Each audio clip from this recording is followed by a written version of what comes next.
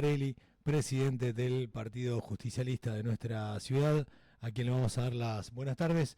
Danilo, buenas tardes, ¿cómo andás? Buenas tardes, Nacho, buenas tardes para toda la audiencia. La verdad que bien, linda tarde.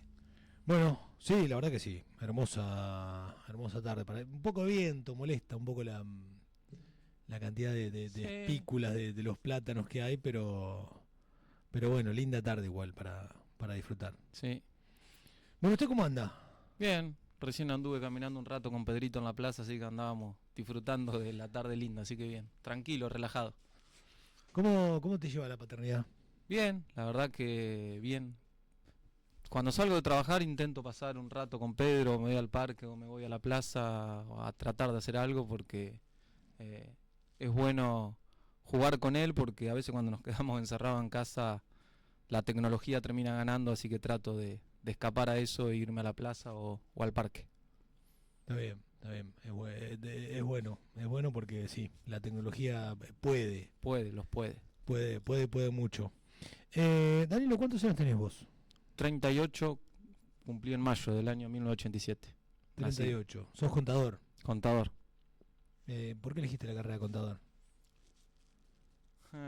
Estaba entre dos ramas bastante distantes y con algunos puntos de cercanía en algunos sectores. O quería estudiar contador o quería estudiar arquitecto. Y creo que lo que me termina convenciendo de contador, inclinándome por la ciencia económica, es la cercanía de haberlo tenido acá en el curso y de nada. Siempre tuve ese apego a Saladillo de no querer irme de acá, así que creo que la balanza más que nada se termina inclinando hacia las ciencias económicas, del hecho de tener el curso acá en Saladillo, de tener la cercanía, de tener el centro regional a 20 cuadras de mi casa, a ir caminando, a volver, a que cada vez que iba caminando me quedaba en el camino hablando con un amigo, con un conocido, y la verdad que eso me hizo inclinar la balanza hacia las ciencias económicas, hacia contador público.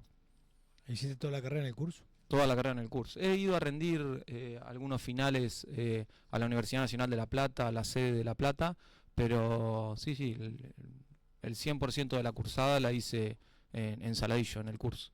Por eso la importancia de fomentar las políticas públicas y en cuanto a la educación pública, de tenerla en nuestro territorio, en nuestra localidad. Creo que uno de los ejes que más fomenta es el arraigo, de que los jóvenes que no teníamos la posibilidad quizás de ir a estudiarnos por las distancias, por lo que hoy representa en cuanto a lo económico a otras ciudades, tenerlo en Saladillo, la verdad que es fantástico, que es genial, que a veces no lo valoramos, pero que si no hubiera sido, si no es de esa manera, quizás o no pudiéramos haber estudiado una carrera universitaria, o se nos haría mucho más difícil y costoso. Creo que es genial la descentralización universitaria, y ni te digo si en algún momento se da la creación de la Universidad Nacional de Saladillo.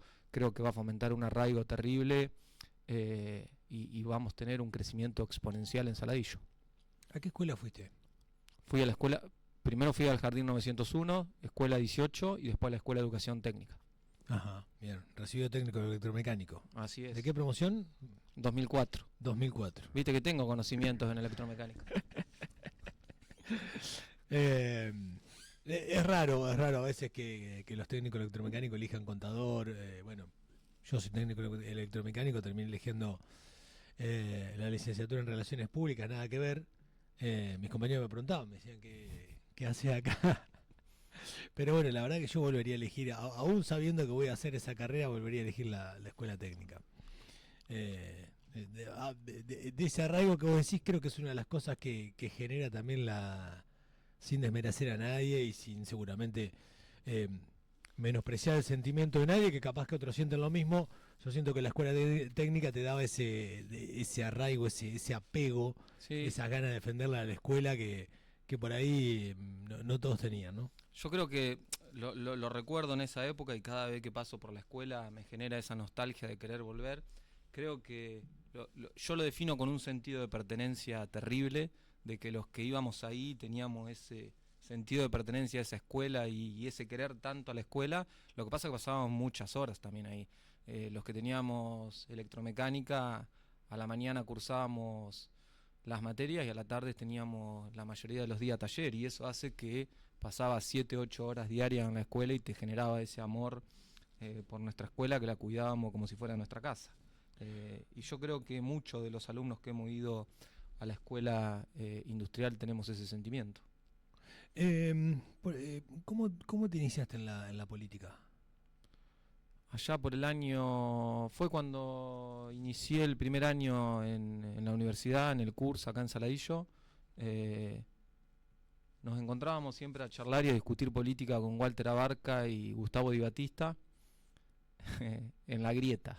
Los sábados a la noche siempre nos encontrábamos y discutíamos política, y la verdad que esas discusiones nos llevó a profundizar las discusiones, a hablar de distintos temas, y nada, fuimos encontrándonos en reuniones, en asados, en jornadas militantes, y uno se termina enamorando de la política. Pero creo también que ese momento creo que fue el momento más hermoso para la participación política con Néstor Kirchner. Creo que Néstor Kirchner fue el que enamoró a miles y miles de jóvenes en ese momento, como era yo, que tenía 18 años, y que encontrábamos un espacio donde por primera vez escuchaban a los jóvenes, y también por otro lado nos hizo entender de que se podía crear un país mucho más justo, y lo caminamos al lado de él, porque fue literal. Cuando hablábamos de Néstor Kirchner hablábamos yo sigo diciendo que es el Perón de nuestra época, y creo que ese enamoramiento que nos produjo Néstor, creo que después nadie lo logró tener hacia la juventud, y en eso nosotros lo teníamos a Walter, que tenía una gran cercanía, que casi que estábamos adentro de la cocina, dentro del gobierno, y la verdad que eso nos dio un impulso fantástico para entender y comprender el porqué y la importancia de estar en política. Por lo que me decís, ¿te considerás un hijo, políticamente te considerás un hijo de Néstor? Sí, totalmente. Yo creo que Néstor Kirchner fue el que nos enseñó el camino, el que nos dijo y el que nos contó y nos enseñó a hacer la política. Yo muchas veces me tocaba ir a reuniones, por sobre todo en el Partido Justicialista, y yo escuchaba las discusiones del Partido Justicialista, y yo decía, esto no es lo que nos enseñó Néstor Kirchner. Yo creo que Néstor Kirchner puso otra impronta dentro de los espacios políticos, donde él hablaba de la transversalidad, donde él hablaba de cuestiones que llamaban la atención, y cuando vos te ibas a la orgánica del partido no se veían esas formas de hacer política, y creo que eso fue lo que nos enamoró. Él estaba convencido de algo y lo concretó, lo llevó adelante, pero por sobre todo creo que tenía un proyecto de país muy claro, y es lo que nos demostró y nos hizo participar. En otros lugares no se vio, y hoy en la actualidad tampoco se ve eso. Ahora, cuando vos hablas de la orgánica del partido, ¿también hablas de la orgánica del partido a nivel local? Sí. Digo, porque vos hoy en día sos el presidente del partido. ¿Crees que vos cambiaste esa orgánica del partido? En un punto se puede decir que la intentamos cambiar, pero seguimos pecando con la misma lógica de construcción de años antiguos. Néstor vino a proponer una revolución, y muchos no la entendieron, se quedaron en la discusión chiquita de los cargos políticos, y no entendieron que la transformación era una transformación profunda de nuestro país. Y creo que hoy seguimos atados a esas cuestiones, y es lo que no nos permite continuar con esa transformación que empezó Néstor Kirchner. No tengo ninguna duda de eso. ¿Y qué crees que es lo que falta en el PJ? ¿A nivel local o nacional? Sí, no, a nivel local. Vocación, nos falta muchísima honestidad intelectual, entender de que las construcciones pasan desde abajo hacia arriba, y que los dirigentes tenemos que ser un poquito más sencillos, honestos, y entender que lo que primero está es el proyecto por Saladillo y no los nombres. Yo creo que hasta que no entendamos eso como partido político se nos va a hacer muy difícil triunfar en Saladillo, porque hace 43 o 42 años que gobierna el radicalismo. Y es ahí donde me parece que tenemos que tener una gran honestidad intelectual para entender y comprender que a veces es importante dar pasos al costado para que triunfe el proyecto político. Y eso muchas veces en el peronismo no lo supimos hacer. Y a veces nos lleva a grandes fracasos políticos. Pero bueno, el objetivo es tratar de seguir diseñando y construyendo una plataforma o una propuesta de gobierno que sea superadora a la que hoy tiene el radicalismo, que como siempre digo, tiene 10 o 15 problemas estructurales en nuestra localidad que a lo largo de los últimos 42 años no los ha podido resolver y no entiendo por qué los podría resolver de acá para adelante. Así que creo que nuestro objetivo más grande está en eso. Ahora me los contás, pero quiero terminar o redondearlo de la interna del PJ, porque está claro, independientemente de lo que se diga después o de cómo terminó todo después en base a la elección, o lo que digan de que una vez que se define van todos juntos, no se llegó a una lista de consenso en el PJ local en las últimas elecciones. ¿Por qué ocurrió esto? Por lo menos tu visión de los hechos, ¿no? Sí, tuvimos distancias en el último momento.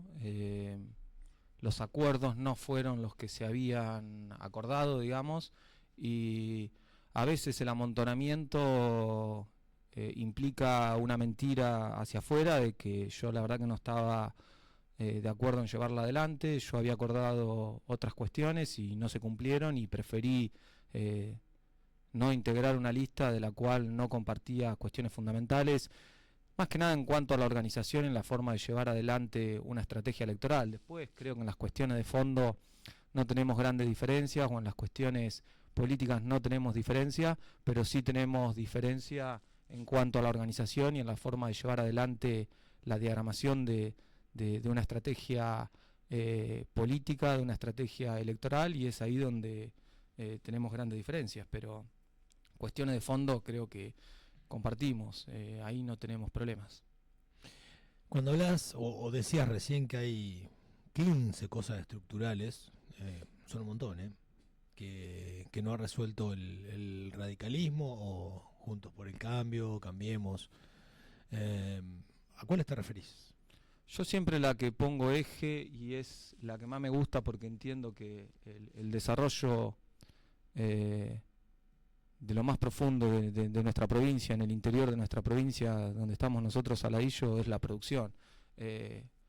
Cuando una herramienta fundamental que yo siempre analizo, el presupuesto, cuando uno analiza el presupuesto de la municipalidad, en la gestión local actual solamente el 3,5% de los recursos se destinan al área de producción.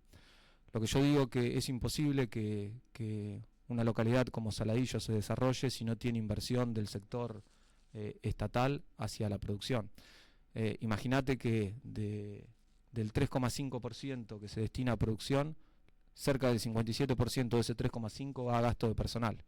Es decir, que queda un 1,8, un 1,9, que después le tenemos que restar los gastos de bienes y demás. Es decir, que yo estimo que no debe quedar directamente invertido en producción más del 1 o el 1,5% desde el Estado municipal, hacia el fomento del desarrollo de nuestras pymes. Cuando uno analiza, a veces soy reiterativo en lo que digo, pero cuando uno analiza el Producto Bruto Geográfico de Saladillo, ve que está compuesto en primer lugar por el sector agropecuario, en segundo por el comercio y el tercero por la industria. Eso es el último Producto Bruto Geográfico que está medido, que es el del año 2003 por la provincia de Buenos Aires, por la Dirección de Estadística, pero cuando lo compara ese mismo Producto Bruto Geográfico con el Producto Geográfico de hace 30 o 40 años atrás, tiene la misma composición. ¿De 2003? Que no se de mide. 2023, perdón. 2023. Cuando uno lo compara con el Producto Bruto Geográfico de hace 30 años, tiene el mismo... la torta de esos tres sectores se reparte de la misma manera. El sector agropecuario se corta muy por encima de los otros dos sectores, y eso nos hace que la economía de Saladillo esté sujeta a cómo le va al sector agropecuario. Y ojo, que se entienda, yo de ninguna manera estoy en contra del sector agropecuario. Yo lo que digo es que tenemos que fomentar el crecimiento de nuestra industria. Y siempre pongo el ejemplo de un empresario que para mí fue muy importante en esto que digo, que fue Carlos Cortese. Allá Carlos Cortese, en el año 90, él había creado un eslogan que resume lo que yo estoy hablando. Él decía: desde el campo a su mesa. Carlo Cortesi producía los cerdos, pero después en el supermercado te vendía los chorizos, te vendía las costillitas de cerdo y te vendía cada una de las partes del cerdo. En ese proceso que hacía desde la creación o de la producción del cerdo hasta los chorizos, había una enorme generación de valor, una cadena de valor enorme, que ¿qué era lo que producía? Era riqueza y producía empleo. Bueno, lo que yo digo, ese es un modelo a replicar, que lo tenemos que replicar en Saladillo. Y otro ejemplo claro que pongo es el del molino harinero. En Saladillo, en el último dato que tengo yo, se cosecharon cerca de 55.000 toneladas de trigo, y más o menos el molino harinero, a través de su molienda, produjo el trigo en harina solamente de 20.000, es decir, que hay cerca de 30.000 o 35.000 toneladas de trigo que se van de Saladillo sin generar valor agregado al puerto o hacia otra ciudad. Qué importante sería empezar a planificar todas esas cuestiones, como hizo en ese momento el empresario Cortesi, para generar valor en origen. Imagínate la cantidad de trabajo que se generaría si nosotros tratamos de consolidar cada uno de esos eslabones de la cadena productiva para generar, primero, riqueza en nuestra localidad, pero por sobre todo empleo de calidad. Y es ahí para mí donde tenemos que empezar a discutir nuestra matriz productiva. Creo que tenemos que empezar a diagramar una diversificación de nuestra matriz productiva y tratar de entender que el sector agropecuario en Saladillo va a ser el sector más pujante de Saladillo, pero que tenemos que tratar de darle valor agregado a la soja, al trigo, al maíz, para que el trabajo quede en Saladillo, que la riqueza quede en Saladillo y tengamos productos terminados para venderle, no solo a nuestra región, sino a todo el interior de nuestro país. Ahora, ¿hay cuestiones concretas que vos sabés que se pueden trabajar o hacer para que eso ocurra? Digo, a ver, yo concretamente, por ejemplo, Danilo Mengarelli propondría hacer determinadas cuestiones para que esto realmente ocurra, porque a veces uno habla y dice, sí, hay que meterle palanca a esto, pero después en la práctica es complicado, ¿no? Yo había diagramado, estamos diagramando en nuestro equipo de trabajo 3 o 4 cuestiones fundamentales. Primero, que la celebro, una de las que nosotros proponíamos es la creación de un parque industrial. Nosotros entendemos que Saladillo está ubicado estratégicamente en un punto dentro de la provincia de Buenos Aires donde la oferta de tierra industrial podría ser muy beneficiosa para las industrias que se quieran radicar acá. ¿Por qué? Porque estamos muy cerca de las grandes ciudades comerciales, estamos a 180 o 170 kilómetros del conurbano, estamos a 190 o 186 kilómetros de Capital Federal, estamos a 200 kilómetros de La Plata, tenemos los puertos de Quequén a 400, el puerto de Rosario a 400, tenemos el puerto de Capital a 190 kilómetros, por lo tanto estamos ubicados dentro de la provincia de Buenos Aires en un lugar estratégico donde tenemos muy cerca las materias primas, porque las tenemos en nuestro campo, donde pensar un parque industrial destinado a la agroindustria. Y por otro lado tenemos 2 de las rutas más importantes que atraviesan la provincia de Buenos Aires, que son la ruta 205 y 51. Es decir que estratégicamente estamos en un lugar que puede llegar a tener un crecimiento exponencial y donde podemos ser una gran oferta para todas aquellas industrias que se quieran venir a radicar. Y por otro lado también todas aquellas industrias locales y pymes que puedan llegar a tener un crecimiento. Por eso te decía que celebro de que el gobierno municipal esté en tratativa de la creación de un parque industrial, a pesar de que sea privado. Creo que va a generar un dinamismo muy grande en nuestra economía. Creo que apostar a eso es apostar al crecimiento. Nosotros lo pensábamos de otra forma, donde el Estado municipal sea quien tenga el control de ese parque, que sea público-privado, pero que la mayoría de ese fideicomiso, de esas acciones, sean del gobierno local. Y nosotros lo pensábamos no solamente desde el punto productivo, sino que, como te decía, que estamos ubicados en el centro de la provincia de Buenos Aires, que sea también y que tenga un porcentaje muy grande a la distribución y la logística. Hoy las industrias necesitan de logística, necesitan de mucha distribución y dotar a Saladillo de un centro de logística y distributivo dentro del centro de la provincia de Buenos Aires creo que también nos podría dar un gran crecimiento. Por eso yo digo, por un lado, la creación de un parque industrial con salida de afluentes, con energía eléctrica, que es otra cuestión que podemos discutir, con gas, con todos los servicios necesarios para que grandes industrias se vengan a radicar en Saladillo. Y por otro lado, nosotros también hablamos de la creación de una agencia de desarrollo local y siempre ponemos el ejemplo muy claro de la que estableció Rafaela. Rafaela, la localidad de Santa Fe, creó una agencia de desarrollo local que es una organización sin fines de lucro, es una organización intermedia que está compuesta por el Poder Ejecutivo, por el Poder Legislativo, por un representante de cada uno de los bloques, por todas las organizaciones intermedias que están relacionadas con la producción y con la industria, y después podemos sumar algún otro tipo de institución, pero ¿cuál es el objetivo muy claro? Pensar el desarrollo productivo e industrial de Saladillo de los últimos 20 o 30 años. Eso a Rafaela le produjo un crecimiento exponencial, no solamente en Rafaela, sino en todo su alrededor. ¿Y qué hicieron? Se sentaron a pensar las personas que sí saben del desarrollo productivo industrial. Es difícil cuando se piensa desde la política el desarrollo industrial y comercial de una localidad. ¿Por qué? Porque por más que duela decirlo, muchas veces los políticos no hemos administrado ni un kiosco y a veces podemos tener cuestiones muy claras acerca de las cuestiones técnicas, pero del desarrollo comercial a veces terminamos fallando. Por eso yo digo que en esa mesa tienen que estar sentados los industriales más grandes y los comerciantes más grandes de Saladillo, como por ejemplo Cuco López fue el mayor exportador de zapatilla hace 4 o 5 años. Nosotros no podemos desperdiciar el conocimiento de Cuco López en el desarrollo industrial y comercial de Saladillo. Nosotros tenemos hoy en la actualidad a Gustavo Moscoloni, que tiene uno de los frigoríficos más grandes de nuestro país. Creo que Gustavo también tiene que estar sentado en esa mesa de discusión. Carlos Cortesi, creo que también, hijo, tiene que estar sentado en esa mesa. Después podemos buscar varios industriales que tienen que estar sentados en esa mesa pensando el crecimiento y el desarrollo de Saladillo, porque son ellos los que están en contacto finito con los negocios, en la visión de entender hacia dónde va nuestra economía. Y es ahí donde tiene que sentarse a discutir la política con los empresarios, que son con los que apuestan al crecimiento económico. Nosotros también tuvimos en Saladillo hasta hace un par de años a Foco de Lía. Foco de Lía fue uno de los empresarios más exitosos e importantes, creo, del centro de la provincia de Buenos Aires, y nosotros nunca, desde la política, nunca se tuvo esa capacidad de ir y sentarse con Foco y decirle: Foco, ¿hacia dónde va el crecimiento? Foco, vení, sentate, discutimos. Creo que es eso lo que hay que fortalecer, es una organización que piense el desarrollo de Saladillo para los próximos 20 o 30 años y que no sea solo el diseño de esa propuesta de la política. Me parece que pasa por ahí.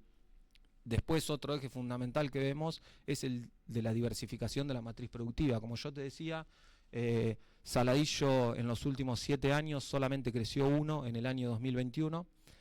Y siempre el crecimiento de Saladillo estuvo atado al del sector agropecuario. Bueno, yo lo que digo, tenemos que diversificar nuestra matriz productiva para que cuando el sector agropecuario no pueda crecer, sea otro sector el que empuje nuestra economía y no estemos siempre atados, por ejemplo, a la situación climática, que si tenemos inundación, al sector agropecuario le va mal, si tenemos seca, al sector agropecuario le va mal, y por ende nos va mal a cada uno de los saladillenses porque nuestra economía no crece. Yo lo que digo, tenemos que fortalecer la industria, generando valor agregado, transformando nuestras materias primas en productos que les podamos vender a la región y a nuestro interior de nuestro país, y ahí por ende, si crece la industria, va a crecer el comercio y vamos a tener en esa mesa 3 patas fuertes que nos va a sostener cuando a una le va mal. Creo que la mirada va por ahí.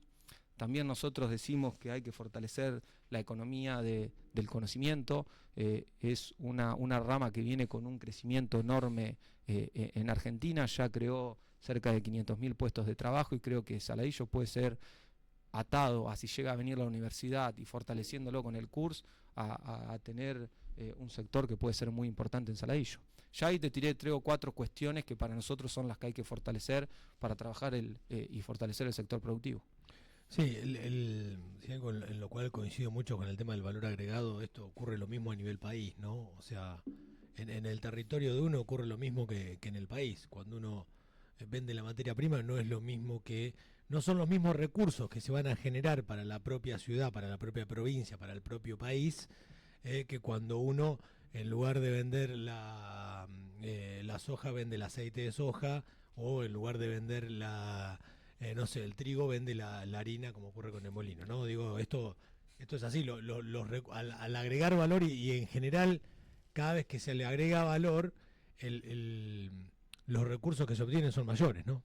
Así es, pero para generar eso nosotros necesitamos que estén las condiciones, y para que estén las condiciones necesitamos la inversión del privado, pero también necesitamos el diseño y el aporte del Estado local para generar tierra y para generarle las condiciones a que ese empresario venga.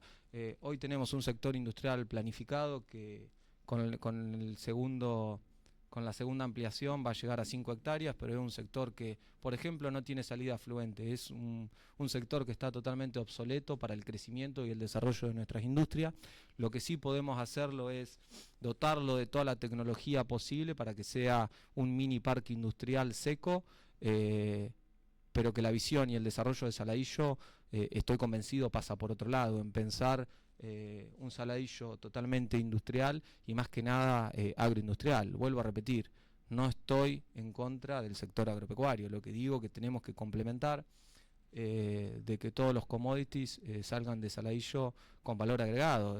Tenemos la planta de biodiesel en Saladillo, ahí Juan Jago Alberto, el trabajo que hace, cuando uno lo mira conceptualmente es extraordinario, y ese es el pilar y es eso lo fundamental que tenemos que buscar para mí en el sector productivo de Saladillo, y pasa por ahí. Pero para eso necesitamos la intervención del Estado y el compromiso de los empresarios a sentarnos a discutir el crecimiento de Saladillo a los próximos 20 o 30 años.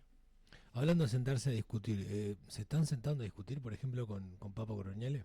Justamente el viernes en el Día de la Lealtad estuve ahí una conversación. Después del día del cierre de lista no había hablado más con él, así que sí, hablé el viernes. ¿Y se van a juntar? Sí, quedamos que nos debemos un café, así que nos vamos a juntar a charlar. ¿Qué, qué opinión te merece el gobierno de Javier Milei? Ah, creo que eh, no encuentro cuestiones a destacar de las últimas que se han tomado, de las últimas medidas que se han tomado. La recesión económica creo que se está acentuando y nos está pegando de lleno, una inacción total del gobierno en cuanto a las medidas económicas, y como siempre estos gobiernos de derecha o estos gobiernos liberales apuntan al fortalecimiento del crecimiento de un sector muy reducido de nuestra sociedad, que sí la está pasando bien, que sí está obteniendo la riqueza, y es el sector financiero. El sector productivo hoy no se lo ve con crecimiento, todo lo contrario, se lo ve con recesión, y ni hablar del comercio. Cuando uno sale a caminar Saladillo, que por ahí en nuestro Pago Chico es donde más lo vemos, donde más lo visualizamos, por ejemplo el sábado a la mañana, cuando anduve caminando un rato por Saladillo, la mayoría de los comercios están vacíos, no tienen ventas, la situación es preocupante, ni hablar cuando analizamos la situación económica de nuestros jubilados, que están transitando sus últimos años algunos, y están viviendo la verdad que una situación que para nada los ayuda. Tener que elegir entre el medicamento y comer es algo que no merece ninguna persona, y la verdad que a este gobierno no tiene la más mínima sensibilidad para resolverle el problema a cada uno de los jubilados. Sacarle los medicamentos gratis a los jubilados es de una extrema insensibilidad que no se puede creer. No hay puntos destacables de este gobierno. Creo que cada una de las medidas que ha tomado son en contra de los sectores populares, de los trabajadores, de los jubilados, de los docentes. Lo del Garrahan es una locura que no se comprende ni se entiende. En este contexto, ¿cómo ves el gobierno de Axel Kicillof? Yo vengo sosteniendo de que Axel ha hecho una buena gestión en los últimos años. Creo que es un gobierno ordenado, que está haciendo lo que puede con los recursos que cuenta, que está sosteniendo la obra pública, que en su gran mayoría en el interior de la provincia es que quien sostiene los comercios, quien sostiene la mano de obra, quien sostiene y que hace girar la economía. Y después, en cuanto a algunas políticas, por ejemplo, las de salud, se viene sosteniendo, se viene invirtiendo mucho. En la pandemia, el gobierno provincial, en ese momento, a pesar de que estaba Alberto Fernández, fue uno de los que más aportó. Creo que Axel estuvo a la altura de la circunstancia, pero a veces es difícil gobernar cuando no tenés recursos. La plata que le debe o los recursos que le debe el gobierno nacional al provincial son enormes, y a veces se hace dificilísimo tratar de encaminar las políticas públicas sin recursos. Por eso yo creo que Axel está realizando una buena gestión, siempre en cercanía, creo, de los vecinos. Se vio claramente el otro día, va a ser ahora 15 días, cuando vino a Saladillo, esa cercanía que tiene con los ciudadanos, con las ciudadanas, y el cariño que le dan las personas a Axel. Me parece que es por ahí. Creo que dentro del peronismo es uno de los mejores candidatos que tenemos. Para mí es el conductor, y creo que tenemos que apostar al crecimiento de Axel, y más dándole el apoyo acerca de cómo él entiende la economía, y que me parece que va por ahí. Él el otro día, que es el candidato natural a presidente? yo sí lo sigo sosteniendo, y para mí Axel es el conductor de nuestro espacio. Axel el otro día, por ejemplo, cuando vino a Saladillo, su agenda está marcada con el sector productivo. Axel recorrió dos cooperativas que son importantísimas para Saladillo, como la cooperativa agrícola y como la cooperativa molinera. El Banco Provincia en ese momento a la cooperativa agrícola le dio un crédito de una suma muy importante a tasas muy bajas para que se pueda hacer la planta de acopio de la ruta 205. Creo que el gobierno provincial apuesta mucho a la producción, y por eso digo que Axel demuestra con hechos cuáles son sus objetivos y hacia dónde van sus políticas de Estado. Y después recorrer el molino también. Él lo decía claramente, que es la generación de valor agregado en origen. Bueno, es lo que veníamos hablando hace un rato de lo que tenemos que apostar en Saladillo. Él marcó su agenda en Saladillo con producción, y me parece que es importantísimo de que el gobernador diga: lo importante es la producción, el trabajo, el desarrollo de las comunidades del interior, y no el discurso de Milei, la renta financiera, pedirle 20.000 millones de dólares a Estados Unidos y centralizar la economía hacia ese sector. Creo que son dos polos totalmente antagónicos, dos modelos antagónicos, y lógicamente al peronismo no encuentra de este lado del camino donde está Axel. ¿Y por qué crees que tiene todavía mucha resistencia? Creo que las resistencias son internas, por eso mismo que te decía de que muchos dirigentes políticos no son honestos intelectualmente. Hay muchos dirigentes que no tienen la capacidad que tiene Axel, que no tienen la popularidad que tiene Axel, y que creen que pueden llegar a hacerlo de otra manera, y todo decanta, y la sociedad es la que termina eligiendo. Y yo creo que la resistencia más grande que tiene Axel es la resistencia interna.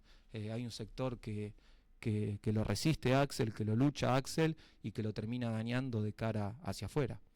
Cuestiones que no se pueden entender, y por eso digo que el peronismo todavía no termina de aprender en esas cuestiones, y por eso yo siempre digo que a veces el amontonamiento no es unidad, y el amontonamiento también es mentirle un poco a la sociedad. Ahora, ¿falta autocrítica? Sí, muchísima. Sí, muchísima. El gobierno de Alberto Fernández, yo creo que fue uno de los detonantes de nuestro espacio político, y yo creo que todos los sectores de ese espacio político, de esa unidad, de ese frente, no realizaron la autocrítica que deberían haber hecho de cara hacia el futuro. Milei hoy gobierna por nuestras dificultades, no gobierna por otra cuestión. Y creo que muchos sectores que en ese momento integraron el frente que corona a Alberto Fernández como presidente no la hizo. Lo que siempre digo yo de que fue una gran estrategia electoral en ese momento, allá por el año 2019, pero de ninguna manera fue una buena unidad que nos llevó a gobernar de cara al pueblo.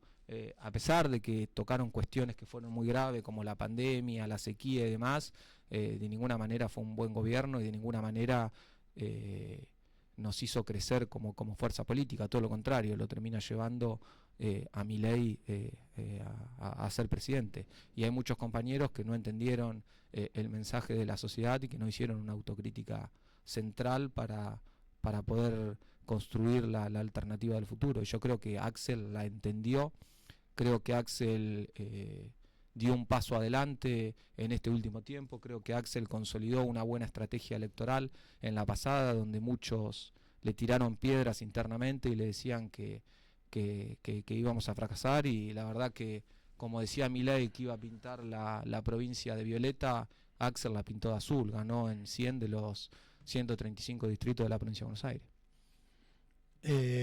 ¿Y qué crees en esto que falta entonces? Yo creo que los dirigentes políticos, vuelvo a reiterar, nuestros dirigentes políticos tienen que tener mayor honestidad intelectual. Tienen que entender de que hoy hay compañeros y compañeras que pedimos otras actitudes, que pedimos la unión, pero que esa unión tiene que estar centrada en el desarrollo de una estrategia muy clara de continuidad para nuestra provincia y para nuestra nación.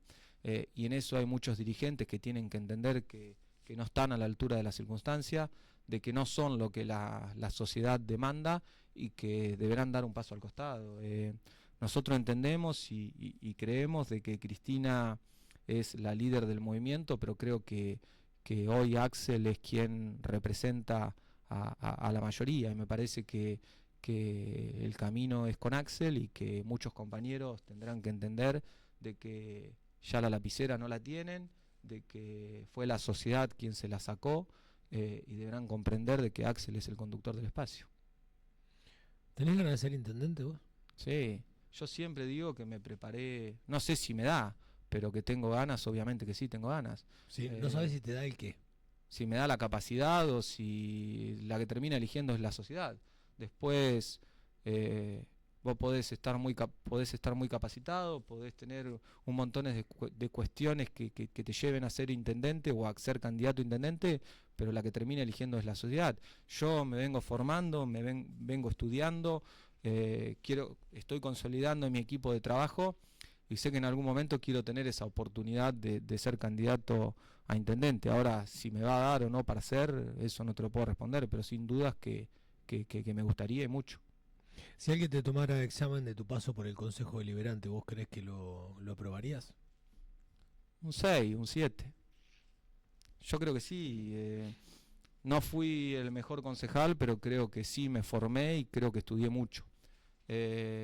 Cuando a mí me notás callado es porque no sé el tema o no estudié, no me gusta hablar barbaridades, hablar sin saber, y en eso siempre tengo un poco de cautela, de que cada uno de los temas que se trataban en el Consejo Deliberante lo estudiaba, de que me ha tocado armar proyectos que en su momento fueron interesantes, que no se debatieron, pero que me formé y estudié, eso sí, no te lo puede decir nadie. Yo siempre digo que el capital más grande que me llevé del Consejo Deliberante fue ese, el haber demostrado que sabía, que estudiaba, y que me ha tocado perder muchas discusiones, obviamente, pero siempre con fundamentos.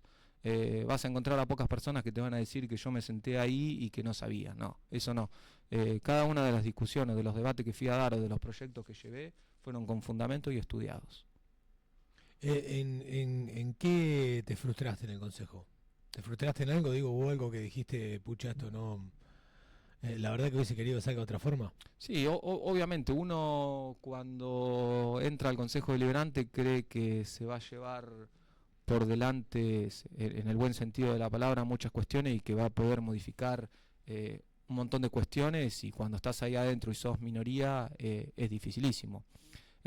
A mí cuando me tocó ser concejal, nosotros éramos 6 concejales, el resto eran del oficialismo, y el Consejo Deliberante muchas veces se termina transformando en una escribanía del Poder Ejecutivo, donde los proyectos que salen solamente son los que requiere el Ejecutivo y no mucho más que eso. Y a veces vos podés presentar proyectos importantísimos que verdaderamente son los que pueden llegar a cambiarle la realidad a los vecinos y duermen en un cajón 2 años hasta que pierden estado parlamentario.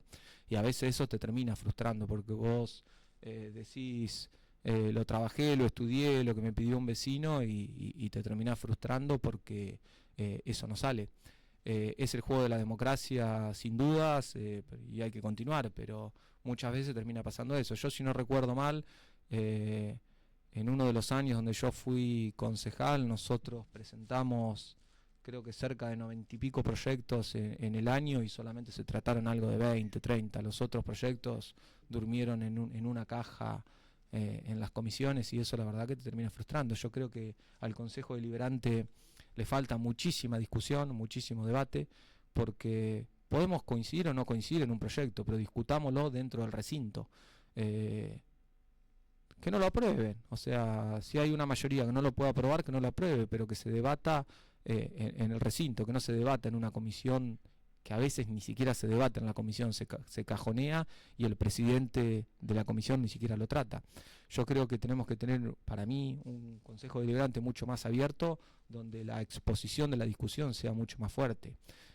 Cuando uno mira los consejos deliberantes de hace 20 años, a los de hoy no le atan ni los cordones a las discusiones que había hace 20 años. Creo que tenemos que seguir fortaleciendo el Consejo Deliberante en muchas cuestiones. Hay concejales que no saben leer un presupuesto, que no saben leer una rendición de cuentas. Es totalmente una locura, pero pasa. Y creo que hay que darle un mayor volumen de discusión. Yo siempre digo que muchos concejales buscan ser concejal para tener un sueldo, y se terminan transformando en un empleado en relación de dependencia. La verdad que no tiene sentido para nada. Creo que hay que fortalecer y tener mucha más vocación en la labor del concejal. Algunos temitas locales, arbolado público. Un tema creo que importante, no solo en la actualidad, sino lo que va a representar para el futuro. Creo que tenemos que empezar a trazar un nuevo diseño de nuestro arbolado. Hoy tenemos plantas que en el verano son beneficiosas porque tenemos muchísima sombra, pero que nos pueden llegar a ocasionar mucho daño cuando vienen tormentas o cuando vienen hechos infortuitos de la naturaleza, y que digo que en el futuro nos va a generar un daño terrible, no solamente estos hechos, sino también los que hoy nos está ocasionando la rotura de las raíces en nuestras propiedades. Creo que es un tema central que tenemos que poner en agenda, pero por sobre todo creo que lo tienen que discutir o lo tenemos que discutir con los sectores que tienen conocimiento y que planifican estos temas. Creo que en este caso tenemos que tratar de... Yo haría un acercamiento muy grande con las universidades y empezar a planificar un recambio de algunas de nuestros árboles para no llegar en 15 o 20 años a que nos pasen cuestiones que verdaderamente nos puedan afectar. Estamos con Danilo Mengarelli, presidente del PJ local. Dos temas que están unidos, absolutamente unidos. Uno más general, que es el tránsito en general, porque hay cuestiones que me quiero referir o quiero que nombres de infraestructura y también de circulación, y en esto ato lo del estacionamiento medido. ¿Estás a favor o en contra? Yo el viernes, cuando me estuvo a tocar acá estar en la radio con Marcelo, anteriormente a mí estaba... Casi un abono ya tenés en la radio. Sí, ya casi, no soy socio, mirá, que te digo. Me tocó estar y estaba Nano Rospide y Marcos Derman y justo estaban hablando del tema, y después Marcelo me preguntó acerca del estacionamiento medido. Yo le dije que es un tema interesante para discutir, del cual en algunos puntos estoy en contra y en otros estoy a favor. A mí, cuando me tocó ser concejal y este tema se puso sobre la mesa, yo dije en ese momento que no estaba de acuerdo con el estacionamiento medido, y hoy no estoy convencido tampoco del estacionamiento medido, pero yo le decía a Marcelo que quiero que me convenza, quiero que el gobierno local plantee un buen proyecto para el estacionamiento medido y que nos convenzan a cada uno de los vecinos del porqué del estacionamiento medido. Y yo el otro día le preguntaba y le decía a Marcelo que si el estacionamiento medido es por el solo mero hecho de recaudatorio no tiene ningún sentido. Si el estacionamiento medido lo utilizamos para recaudar y para aumentar las arcas municipales, no tiene sentido. Yo tengo y he leído un poco de la experiencia que ha tenido Bragado en los últimos años del estacionamiento medido, lo aplicó con una app que funcionaba muy bien y a los meses se dieron cuenta de que era inviable. Por eso yo creo que la discusión que tenemos que dar es mucho más profunda. Sé que estuvieron haciendo una encuesta creo que a 100 y picos comercios, de los cuales el 80% dijo que estaba de acuerdo con el estacionamiento medido, pero me parece que tiene que ser una consulta que sea mucho más amplia, porque al fin y al cabo tenemos que plantear otras cuestiones, y creo que también hay que consultar al vecino que va a venir de 20 o 30 cuadras desde el centro a trabajar al centro de Saladillo, y cómo lo va a hacer. Yo creo que en las grandes ciudades, porque el otro día Nano y Marco decían que la mayoría de las ciudades tienen estacionamiento medido, que es verdad, pero la mayoría de las ciudades tienen desarrollado un sistema de transporte público del cual nosotros no tenemos. Porque si yo, por ejemplo, que vivo a 32 cuadras del centro, sí o sí me tengo que venir en vehículo. Si yo no lo estaciono en el centro, lo voy a tener que estacionar a 5 cuadras del centro. Es decir, que estamos expandiendo el radio del centro a 5 o 6 cuadras del lugar donde va a ser el estacionamiento medido. ¿Y qué va a pasar con el vecino que vive a 5 o 6 cuadras del centro? O sea, le vamos a estacionar todo el día el auto afuera de su casa, le vamos a llenar la cuadra de autos que vienen de otro lugar. Por eso, si esto no se hace planificado, y si esto no se hace con una cuestión muy ordenada, creo que no va a tener sentido en Saladillo. Y otra cosa que yo le marcaba, de que el Estado municipal ha creado, o el Consejo Deliberante ha creado muchas ordenanzas, pero que el Poder Ejecutivo no tiene poder de policía, y el ejemplo más claro es el de la fila activa. La fila activa se creó por ordenanza, y hoy en Saladillo no hay una fila activa que funcione de manera adecuada. Uno se puede parar frente al ECOP toda la mañana, y toda la mañana hay autos estacionados en la fila activa, y donde la verdad que era una ordenanza que tenía mucho sentido, una ordenanza que estaba muy buena. ¿Por qué? Porque, por ejemplo, en el ECOP van muchos jubilados que quizás no pueden caminar 50 o 100 metros donde pueden dejar el auto, que se los podría dejar algún familiar en la fila activa, descender y entrar fácilmente a la oficina, y hoy no lo podés hacer, porque siempre fuera del ECOP, y por sobre todo en la fila activa, hay autos de los mismos empleados o de los mismos funcionarios que trabajan en los organismos. Entonces yo digo, el Estado municipal primero tiene que tomar en cuenta que tiene que establecer el poder de policía y hacer cumplir las ordenanzas. Si no, me parece que aún seguir creando esas ordenanzas y que después no las pueden cumplir, no tiene sentido. Pero ya te digo que tampoco es que estoy en desacuerdo, sino que hay que seguir trabajándola, y quiero que me convenza. Mencionaste la fila activa, hablamos del estacionamiento medido, infraestructura. Yo creo que Saladillo, en cuanto a la infraestructura, en los últimos años viene muy apagada. Yo creo que Saladillo necesita la discusión de una circunvalación, que creo que nos va a ordenar mucho el tránsito. Yo en su momento creía que la circunvalación tenía que ser por Sanguinetti hacia Ledesma, y creo que hoy ya Saladillo se expandió y creció, y que tenemos que pensar una circunvalación o por Roy o por la rotonda de la entrada a Los Grobos hasta Ledesma o hasta Rivadavia, después salir por Ledesma, y creo que ya tenemos que pensar en la apertura o la circunvalación tiene que terminar en la ruta 51, de Ledesma hasta 51. Creo que pensar una circunvalación para Saladillo es descongestionar las calles del centro, darle un sentido de circulación mucho más correcto, y después empezar lógicamente a asfaltar desde la circunvalación hacia adentro para culminar con todas esas calles asfaltadas. Pero en los últimos años el gobierno local, por administración, prácticamente no ha hecho, no sé si habrá hecho 10 o 15 cuadras de asfalto en los últimos años. Creo que tenemos que apostar a eso, a hacer un plan de de asfaltado enorme para Saladillo, porque nos estamos quedando en esas cuestiones, y pensar la circunvalación que agilice todo esto. Y hacia el otro lado creo que ya la tenemos que pensar hacia la calle de Torre. Me parece que ese cuadrante nos tiene que quedar cerrado y nos va a agilizar mucho el tránsito. Y con respecto al tránsito, es un caos por donde andés. ¿Qué concepto tenés de la justicia a nivel local? Tema creo que profundo.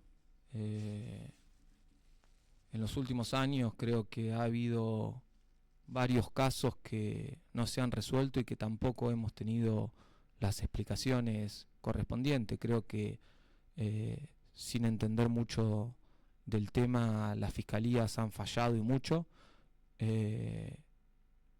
y los resultados se han dado a la vista, donde la sociedad ha salido a reclamar concretamente en varios casos, y que sin duda que los fiscales no han estado a la altura de la circunstancia, porque no es un solo caso el que no se pudo resolver, sino que han sido varios los casos que nos han resuelto y de los cuales no hemos tenido una sola respuesta. Si no recuerdo mal, el de Marisol creo que se cumplen 10 años o se cumplieron este año, y del caso de Marisol no tenemos una sola respuesta.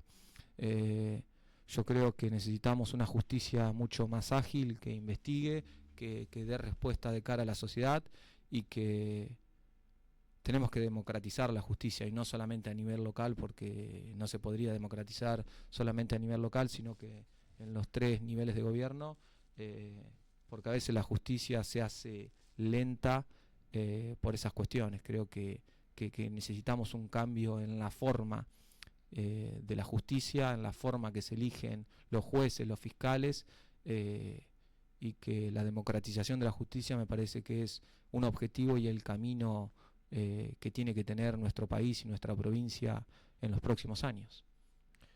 Te voy a terminar con esta. Te iba a preguntar qué le dirías a Javier Milei, pero se me va demasiado lejos. Voy a ir por algo más cercano. ¿Qué le pedirías a José Luis Salomón?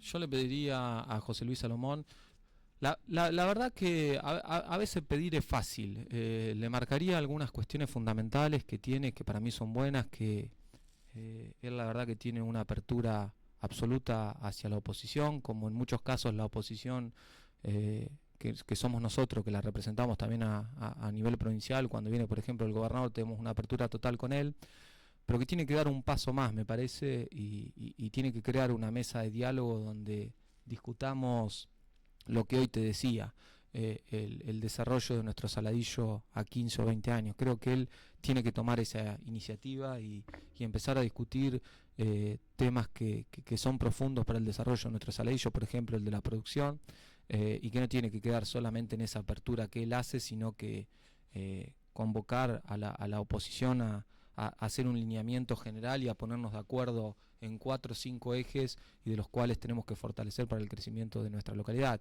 Y en eso para mí tiene que estar la vivienda, la producción, atado al empleo y a la infraestructura. Creo que tienen que ser 4, y al medio ambiente. Esos 5 ejes me parece que tenemos que coincidir de los distintos sectores políticos, más allá de las diferencias que tengamos. Creo que tenemos que marcar un eje y trabajar, a pesar del gobierno que esté, en esas cuestiones. Cuando uno mira, por ejemplo, la vivienda, se han creado vivienda o planes de vivienda en Saladillo cuando el peronismo gobernó en el nivel provincial y en el nivel local. Bueno, nosotros dimos una mano desde arriba y el intendente dio una mano para concretarlas en el territorio. Bueno, como se ha trabajado en ese tema en conjunto, creo que se puede trabajar en muchísimos otros temas para el desarrollo de Saladillo y crear una agenda para los próximos 15 o 20 años de Saladillo. A José Luis le quedan 2 años de mandato, y creo que sería importante de que él termine el mandato incluyendo a la oposición, pero de una manera mucho más cercana en cuanto a la creación de una agenda y a la discusión de esa agenda en conjunto. Vuelvo a repetir, tiene cuestiones que son muy buenas como intendente, que no se ven en la región, de esa apertura con la oposición a muchas cuestiones, pero nunca la creación de una agenda en común para discutir los próximos 15 o 20 años de Saladillo. La última que te hago, como para cerrarlo, el concepto que hablábamos hoy. El radicalismo, el oficialismo local, ya tiene por lo menos 2 o 3 candidatos con miras al 2027. ¿Vos te considerás uno de los candidatos de la oposición para el 2027? Sí, sin duda que voy a trabajar para eso y que si no me toca hacer en el 2027, lo seré en el 2031. Yo en el 2027 voy a tener 40 años. Es una edad hermosa para enfrentar este desafío. Me estoy preparando, estoy estudiando para eso y sin duda que si me toca esa posibilidad la voy a enfrentar con la mayor responsabilidad posible y que si no me toca por alguna cuestión ser en el 2027, lo seré en el 2031, pero estoy convencido de que nadie me va a sacar la posibilidad de en algún momento ser candidato a intendente. A la corta o a la larga lo voy a hacer porque es un deseo personal y es para lo que me estoy preparando. Muchas gracias, Danilo. No, gracias a vos. Así hablábamos con Danilo Mengarelli aquí en Punto de Partida, en esto...